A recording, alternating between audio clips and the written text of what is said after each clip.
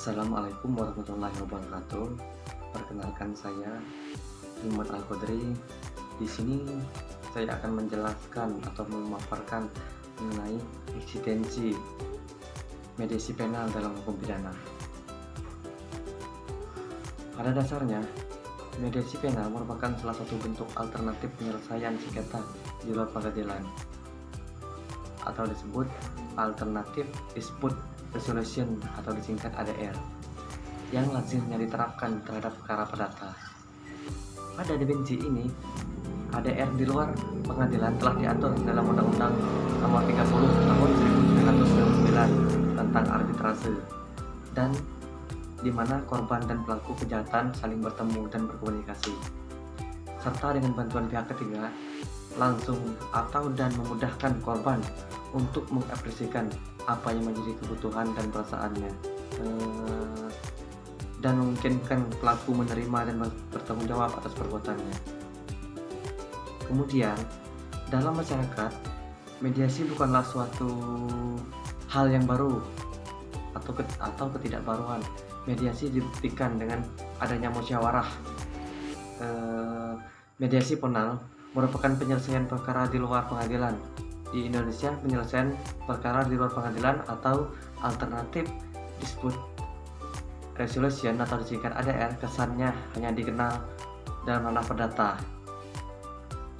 Sedangkan untuk ranah pidana, penyelesaian ditempuh dengan jalan proses melalui pengadilan.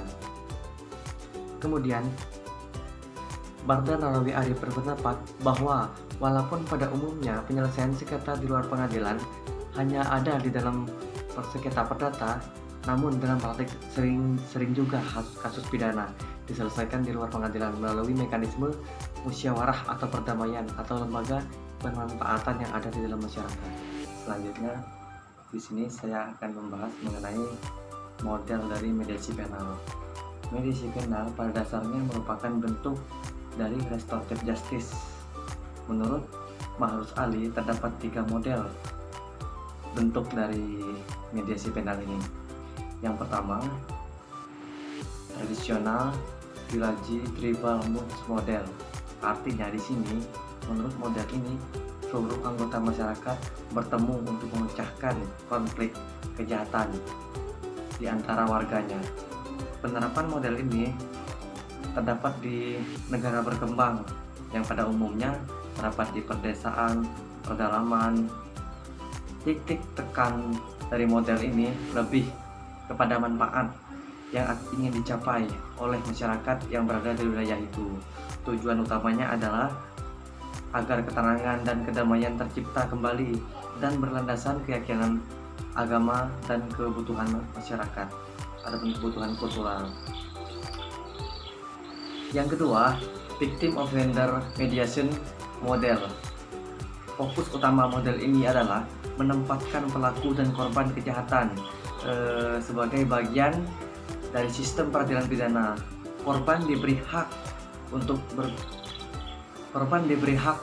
bertanya kepada pelaku dan bertanggung jawab atau tindakan yang merugikan korban.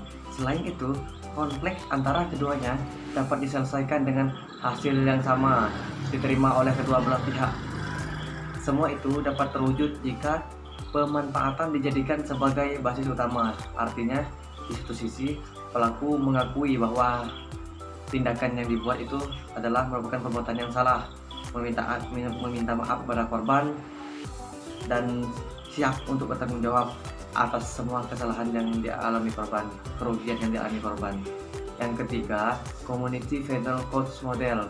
Model ini lebih menitik beratkan kepada program untuk membelokkan kasus pidana dari penuntutan atau peradilan pada prosedur masyarakat yang lebih fleksibel dan informal, dan sering melibatkan unsur mediasi dan negosiasi. Dalam model ini, pejabat lokasi dapat mempunyai lembaga atau badan tersendiri untuk mediasi ini.